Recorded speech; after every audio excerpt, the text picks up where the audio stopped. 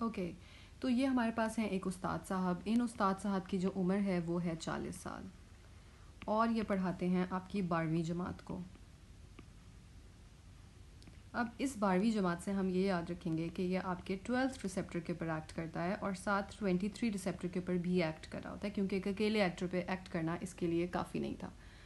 40 years को हम इस तरह से याद रखेंगे कि जो आपका इंटरलिकिन 12 है और जो इंटरलिकिन 23 रिसेप्टर है, उन दोनों रिसेप्टर्स के ऊपर P40 सब यूनिट होता है। 40 ईयर्स से हमने याद रखना है, उस्ताद साहब 40 साल के थे, तो P40 सब यूनिट है आपका जो इन दोनों रिसेप्टर्स पे प्रेजेंट होता है, और इसका जो मैकेनिज्म ऑफ एक्शन होता है ये अपना इन्हीं जो सब यूनिट है इसके साथ बाइंड करके अपना मैकेनिज्म ऑफ एक्शन करते हैं। ठीक है, अब इसमें आप ये देखेंगे फिर अल्टीमेटली क्या होगा कि नाइव टी सेल्स और जो नेचुरल किलर आपके सेल्स होते हैं उनकी एक्टिवेशन के थ्रू ये अपना जो मैकेनिज्म ऑफ एक्शन है वो करके आपका जो इन्फ्लेमेटरी कैस्केड जो कि बहुत ज़्यादा अप रेगुलेट हुआ होता है सोराइसिस वगैरह में, उसको कम करता है। यहीं पे ही हम इसका ब्रांड नेम देख लेते हैं कि ये स्टेलेरा के नाम से आती है, और it is used very commonly for IBD. ठीक है, जो इसकी जो बहुत स्ट्रॉन्ग इंडिकेशन है that is being used for IBD. लेकिन आईबीडी हमारे जो डर्मेटोलॉजिकल अगर हम मैनिफेस्टेशंस की बात करें तो in the dermatological indications we give it for psoriasis, और आप इसको मॉडरेट टू सिवियर सोराइसिस में देते हैं। विद और विदाउट सोराइटिक आर्थराइटिस भी दे सकते हैं, या अलहदा से आप इसको सोराइटिक आर्थराइटिस में भी दे सकते हैं। साथ ही आप इसको पामो जो प्लांटर आपका सोराइसिस होता है, क्योंकि हमें पता है वो ट्रीटमेंट में थोड़ा सा रिफ्रैक्टरी भी हो सकता है, तो अगर किसी और चीज़ से फ़र्क नहीं पड़ा और बायोलॉजिक्स की नौबत आ चुकी है तो आप स्टेकिनोमैब को चूज़ कर सकते हैं। अब क्योंकि हम ये पी वाली इंडिकेशंस ही कर रहे हैं तो इसमें हम एक साथ ही पीआरपी जो कि वैसे ही क्लोजली रिलेटेड है इसको भी इस ग्रुप में डालते हैं इसकी इंडिकेशंस में, और साथ में इसका जो पापा सिंड्रोम है जिसमें हम पढ़ते हैं पीजी है और आपके आर्थराइटिस वगैरह आ रहा होता है, तो पापा सिंड्रोम के अंदर भी इसका रोल है आफ्टर टीएनएफ अल्फा इनहिबिटर्स। पहले आप टीएनएफ अल्फा को ही चूज़ करेंगे, लेकिन उसके बाद आप इसको भी चूज़ कर सकते हैं स्टेकिनोमैब को। ओके, अब ये जो स्टेलेरा है it is not available in Pakistan. When to give in psoriasis? If you want to give in any biological therapy, let's say not only ustekinumab, लेकिन अगर आप कोई भी biological therapy चूज़ करें for your patient of psoriasis, you have to first of all establish कि आपका जो patient है वो कैंडिडेट है फॉर सिस्टमिक थेरेपी, जिसमें हमें पता है कि उसकी जो बॉडी सर्फेस एरिया है वो मोर देन 10 उसका हो परसेंटेज हो, या जो पासी है वो मोर देन 10% हो, या DLQI उसका ज़्यादा हो। तो अगर आपको ये पता है कि वो टॉपिकल से बात आगे चली गई है सिस्टमिक थेरेपी है तो देन, अदरवाइज आपकी जो कॉन्ट्रा इंडिकेशंस हैं कोई कन्वेंशनल सिस्टमिक थेरेपीज़ पे जिस तरह मीथो, रेटिनॉइड, साइक्लोस्पोरिन, फोटोथेरेपी वगैरह हम किसी वजह से नहीं दे सकते,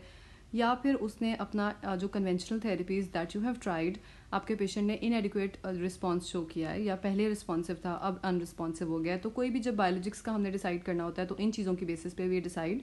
कि whether we are going to give biologics to our patients of psoriasis. Now this is a beautiful diagram which is explaining the pathophysiology of psoriasis. इसके साथ if you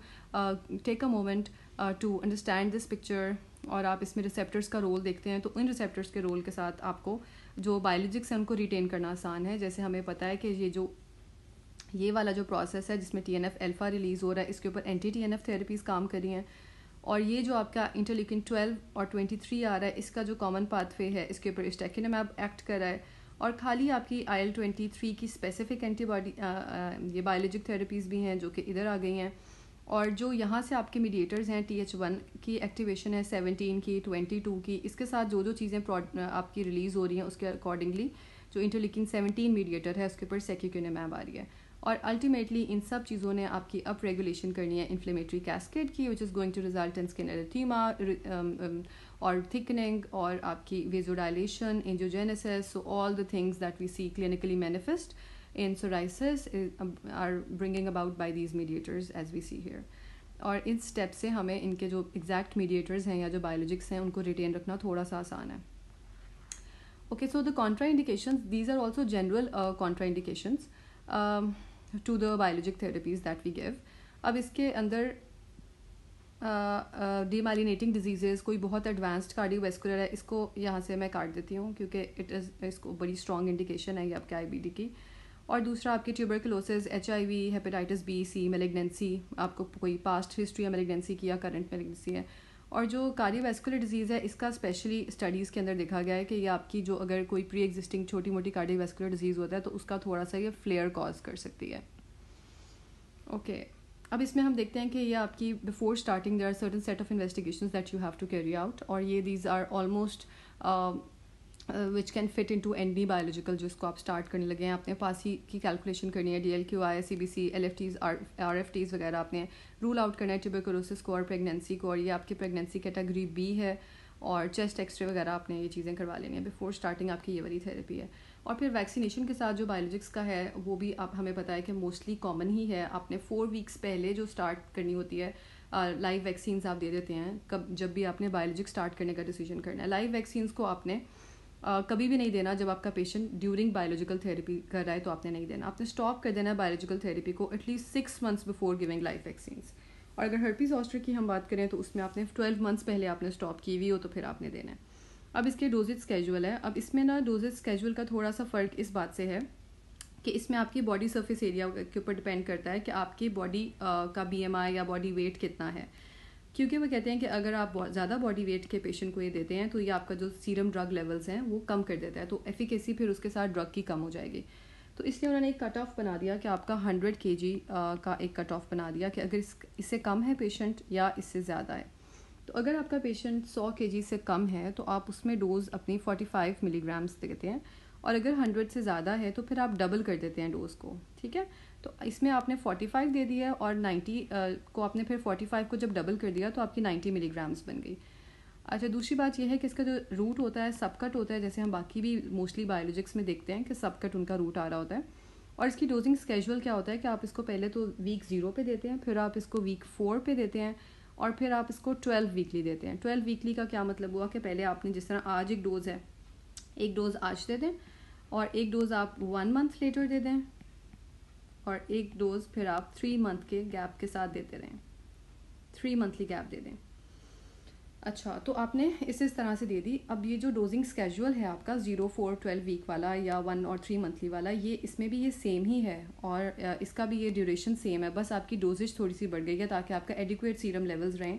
for the drug to be efficacious enough. अच्छा, अब इसके जो side effects होते हैं ना, it is generally a well tolerated drug. एक जो साइड इफेक्ट हमने इसका डिस्कस कर लिया कार्डियोवैस्कुलर फ्लेयर वाला, एक तो इसका वो साइड इफेक्ट है। उसके अलावा उन्होंने कहा है कि आपके जो जाहिर सी बात है अगर hypersensitivity to the drug है तो आपकी ये एब्सोल्यूट कॉन्ट्राइंडिकेशन है, और रिलेटिव कॉन्ट्राइंडिकेशंस वही थी जो भी हमने दे दी थी। अब आपने कब सोचना है कि अब मैंने स्टेकिनोमैब देना बंद कर देनी है सोराइसिस के पेशेंट में, तो तब आपने देखना है कि अगर आपका जो सोराइसिस का था इनफ पासी क्लियरेंस नहीं हुआ, जिस तरह आपने बेस लाइन पर पासी कैलकुलेशन की थी, आप सब्सिक्वेंटली जब देते रहेंगे मेंटेनेंस डोज 3 मंथली, तो आप पासी की कैलकुलेशन करते रहेंगे और फिर आप डिसाइड करेंगे कि रिस्पॉन्स रेट कैसा आया आपकी ड्रग का। और अगर इनिशियली आपकी ड्रग ने रिस्पॉन्ड किया येस, बट सब्सिक्वेंटली उसका रिस्पॉन्स खत्म हो गया, तो then it is time to switch to another biological therapy maybe, or if it cannot be tolerated for some reasons or becomes contraindicated while the course of therapy, then we stop the drug and then we move to another biologic. और ये आपने psoriasis के जब patient में देनी है तो आप ये 12 years और ओल्डर पेशेंट में दे सकते हैं in the preliminary studies that have been carried out. Thank you.